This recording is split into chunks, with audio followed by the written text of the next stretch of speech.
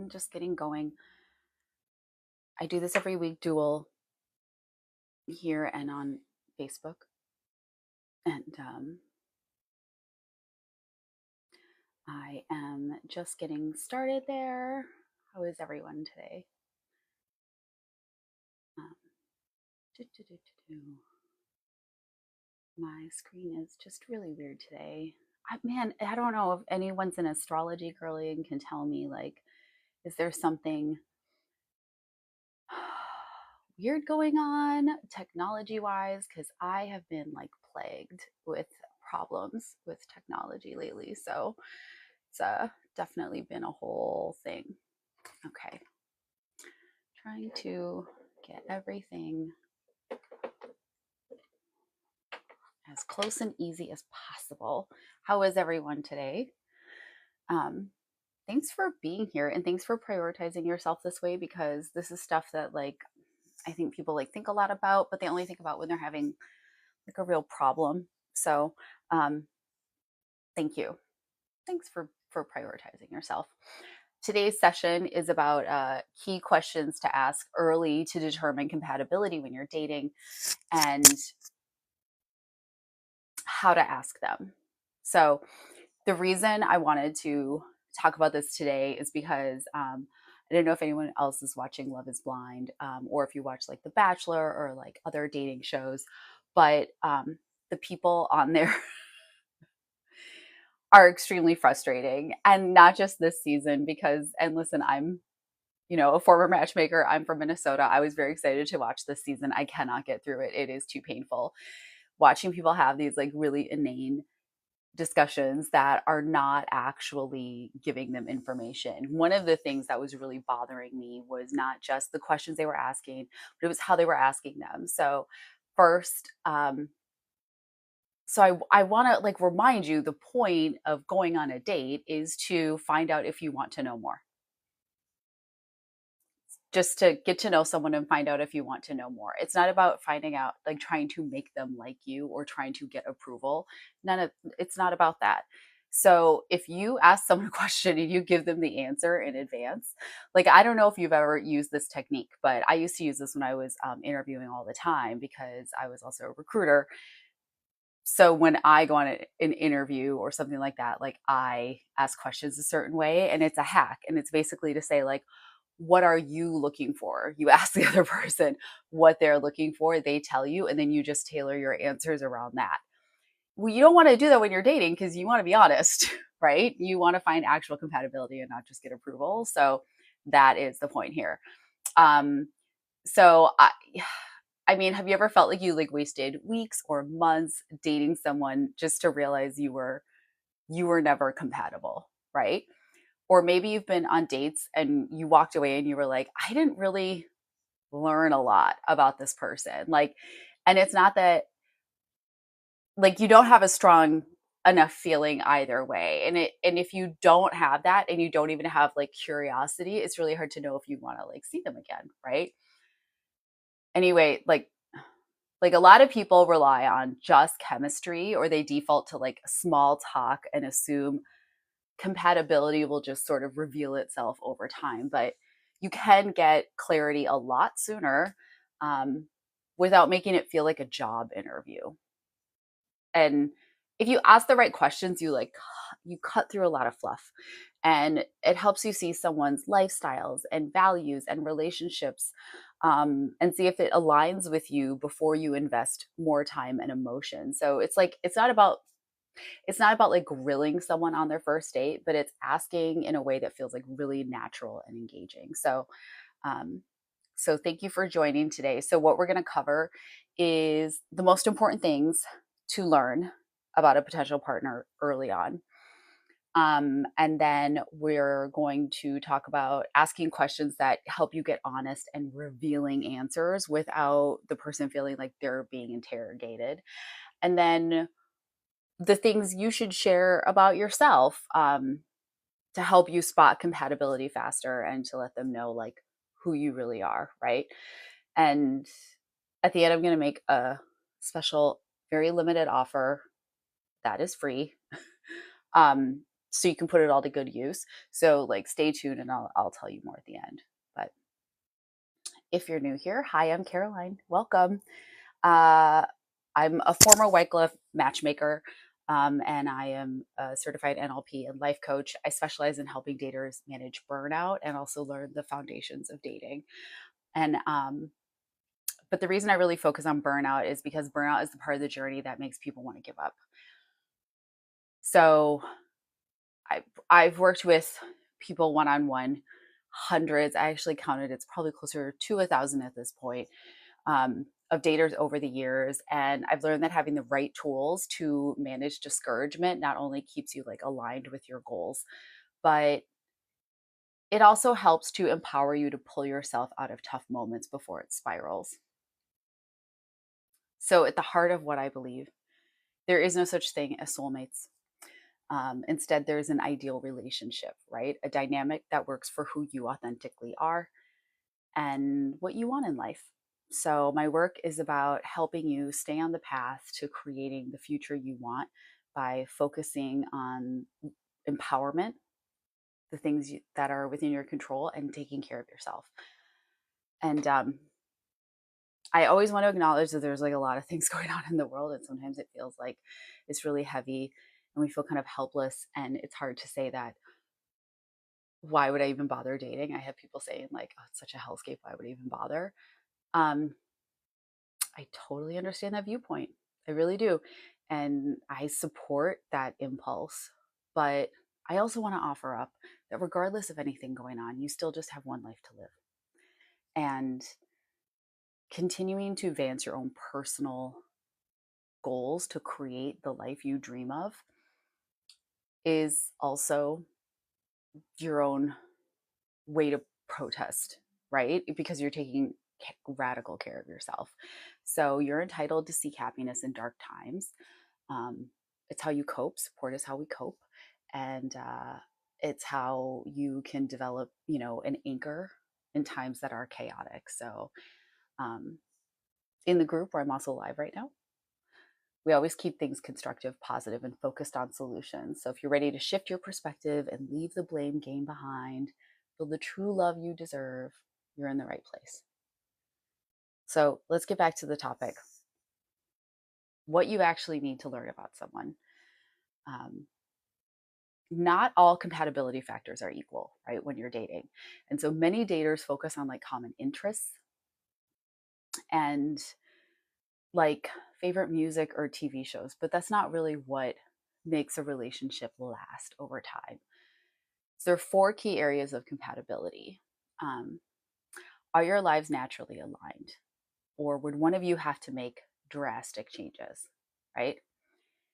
Number two would be emotional and conflict style. So, how do they handle stress, disagreements? How do they view emotional connection? And there's values and relationship goals. So, do you want the same things long term? And then there's partnership style, which is how do they naturally show up in a relationship? So, some example questions, top level, like for lifestyle compatibility, one would be, what does a great weekend look like for you?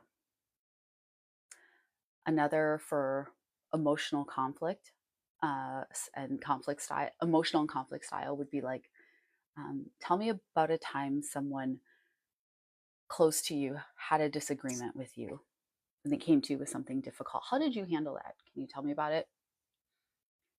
For values and goals, what's something you've always envisioned in your ideal relationship? And for partnership style, how do you usually show love and appreciation for a partner? So it's not about right or wrong answers because it's about spotting patterns. And if they describe an ideal weekend as alone in the woods, unplugged, but you are like, oh, I like to have these, go to big social events and meet new people and be out there, like it's, you kind of want to know that, right? And I have to say, like, liking the same music and movies, like that used to feel really important to me because and I had dated someone for a long time and we had a lot of the same tastes and everything was like easy that way. It was always easy to hang out with him. But long term, we did not want the same things. and we were not really in the same place. And so it was never going to work. And so in the end, even though we had a lot of fun together and the day to day was like super easy, it wasn't going to go anywhere. And my partner now, we do not like the same kinds of music. We have like a tiny bit of crossover. We don't like all the same kinds of movies. We have some agreement, obviously, but like there are things where it's like if one of us is gone and the other one is alone and we get to like watch whatever we want, we have like our own little list of like, I'm watching that by myself because I know that he won't enjoy that, right? So, but what matters is that we always show up for each other. We're equally committed to what's going on. We handle stress the same way. We have the same values. We care about the same things, with like enough crossover that it makes sense, and we support each other. So, yeah, sometimes in the car, I'm listening to something he doesn't want to listen to, and vice versa. But so what? You know, so what? Um, so I want to talk about like how to ask questions to get real answers. And like I said at the beginning, asking asking like questions that you already sort of gave the answer to isn't really helping you, right? Because you don't know what the other person's goal is. You know that your goal going on the date is to just get to know who someone really is. Their goal might be to get your approval because they haven't really thought that much about dating and why they're going. They're just there. So like too many people ask like just yes or no, or as I said, leading questions which don't reveal that much. So if you ask like, are you looking for something serious, they might just say what they think you want to hear. So instead you want to use open-ended questions that invite like a really honest, thoughtful response. So like, what does the ideal relationship look like for you right now? Or ask about a past behavior instead of hypotheticals. So, do you have a story about a time where X, right? Have you ever been in a long distance relationship? Can you tell me about a time where you were dating someone and then you like realized it didn't work out? And how did you come to that realization? And, it's fair to ask these things. And then have curiosity and don't just have like a mental checklist. So if you're asking for honest connection because you're actually trying to learn about someone, you won't keep a checklist. You'll just be in the moment and listening and open and sharing what is important to you too. Okay. So other like questions you could ask are like, instead of like, are you close with your family? You could say, what's a tradition or habit your family does or used to do that means a lot to you? And that's going to kind of open up the door to talk about like their family and their upbringing. Um, Instead of like, how do you handle conflict? A lot of people actually don't have a good awareness of how they handle conflict. So asking them to describe it is like, you're not going to learn that much. But you could ask, like, tell me about the last time you had a disagreement with someone important to you. How did you how did you handle it?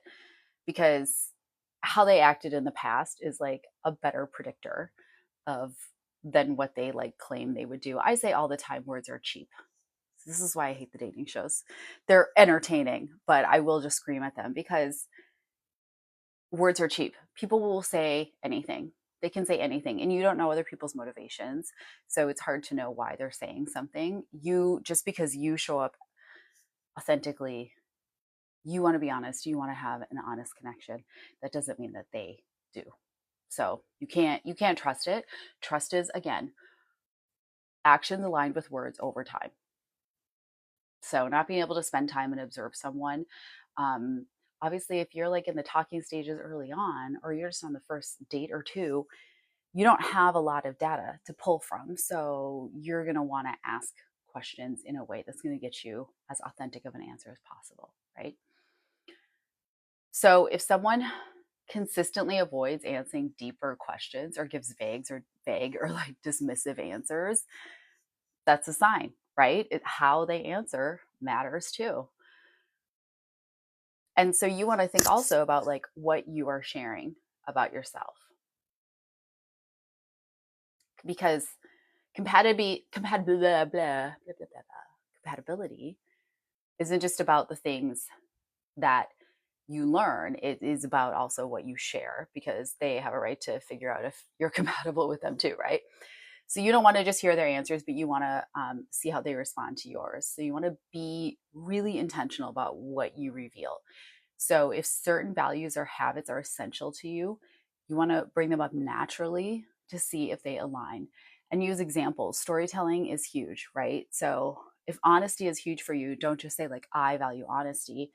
Instead, tell a quick story about honesty, how honesty shows up in your relationships. And I have a whole like other training if anyone wants it. Like, it's link in bio. Just like go message me, um, fill out my contact form, ask for the link in bio, whatever. Okay, ask for the foundations thing. It's about how to discover values alignment, and it's about it's very quick. It's like 11 minutes, but it's basically why someone saying honesty is important is a useless thing to hear, because first of all, nobody wants to date a liar. Second of all, what's honest, what that means to you is different from what that means to somebody else. Like in the family example, if you say family is really important to me, and to you that just means that you like are close with your parents or your family of origin, and somebody else thinks, yeah, family is really important to me too, but for them it means creating like family like connections with the friends that they have, right? And really having each other's backs in a super intentional way, because the way they were raised doesn't allow them to be close to their family, and you judge them for like not being close with their parents or something like that. Like, that's a that's a fundamental misunderstanding of the value. And you might both have the same feeling and the same intent around it, but you're interpreting it in different ways, and you're always like, you're going to be limited by your life experience, and you can't control the lens that somebody else views you through. So if they just go, oh well, if you're not close with your parents because they've never like dealt with trauma or something like that from their parents, then they could judge you for that. And then you're sitting there thinking like, do you know how bad my life would be if I was close to my parents? But they just don't have that experience. And so you have a misalignment. And that's why the stories and asking, like, what do you mean by that? Or can you tell me more about that, are so important. So it's as simple as like a hike, too, right? Like, or a hobby. So if you say, like, I like hiking. Do you like hiking? And they're like, yeah, I like hiking. You're thinking, I like hiking and I go every weekend. And they're thinking, I like hiking. I go once a quarter if somebody else invites me. That's a misalignment. You both like hiking, but you didn't ask for deeper questions, so now you don't know. So ask for examples, ask for more information. Just say, oh, can you tell me more about that? Like, can you give me some more color around that so I understand? What do you mean by that? What does that mean to you? And then pay attention to their reactions when you're sharing, right? Do they seem engaged and interested? Do they share similar stories? Do they interrupt you? Do they seem like they're just waiting for their turn to talk, right? Do they dismiss things that you're saying? So, like, if you value deep, honest communication, instead of asking, do you like deep like conversations, say, like, one of my favorite things about my closest friends is that we're super honest and we get to the heart of the matter very quickly when something's going on, because I'd rather hear hard truths um, than a soft lie from people who care about me. So, like, how would you usually handle a tough conversation with someone close to you? So that approach will give them an opportunity to reveal how they operate, and it'll help you see if your styles align. But if someone's dismissive, obviously, or uncomfortable when you share something meaningful, obviously that's a clue about your long term compatibility, you know? So, um, yeah, I went through that really fast. I had too much coffee today and I've been running around a lot. Um, so, very, very active morning already. So I was like, oh, I have to get on and talk about this. This is something that I think is really important, though. It's not just what you ask, it's how you ask it. Okay. So you want examples. Get examples and be clear about the examples that you're going to give, the things that really exemplify stories about you. And the thing is that you can crowdsource this stuff. You can ask questions of your friends, ask people who know you and love you. Hey, if you were going to describe me, how would you describe me? And then what are examples of that? Right? Because that's going to help you figure out how the kind of story you want to tell. They might give you an example of something you're not particularly happy about. That's going to help you understand more how people are receiving you, and it'll help you figure out more about what you're sharing. You want to be authentic, but we also want to save time and not spend a bunch of time trying to get to know someone without actually getting to know them. So the earlier you can ask good questions, ask them in a way that's going to get the right answers and that isn't giving someone the answer ahead of time and it's not leading, the more you're going to learn in a short period of time to figure out if you're compatible. So you want to look at patterns, not just one-off answers, and focus on the fact that like what you ask and what you share are really important so you can learn quickly and save yourself time. So if you want personalized guidance on how to identify and attract the right partner for you, let's talk. Let's talk. I offer one-on-one coaching to get clear on your ideal relationship. I have a new program for students and young adult daters that I put together recently based on demand. So that is available too. I will customize a program. I don't like one and done it. I will customize a program if I really believe you're in the right spot. Sometimes it's not right, and that it makes sense. I also have payment plans, so a lot of people take advantage of those, and they're super simple. Um, if you book a free consultation, okay, because you're ready to stop wasting time dating the wrong people and focusing on the wrong connections, um, book a free consultation. We'll build your dating blueprint together. If you book a call by March 14th, I will send you information to claim your free, totally customized guide to meeting, totally customized.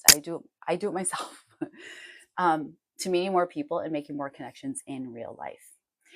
So the booking link it's in my bio, um, and it's in my profile, and we can we'll just talk and figure it out. It's your time to use to tell me what you want to tell me and why you're calling, and I will tell you if I think that this is something within my wheelhouse, and if not, I will try to assist you in any other way that I can, because we're humans here just trying to help each other, and I don't want to watch you wasting time uh, on the wrong people, the wrong connections, or feeling like you want to give up on something that really, really, really matters to you. So, okay. And that is it. Short one today, and I will talk to you later. Bye bye.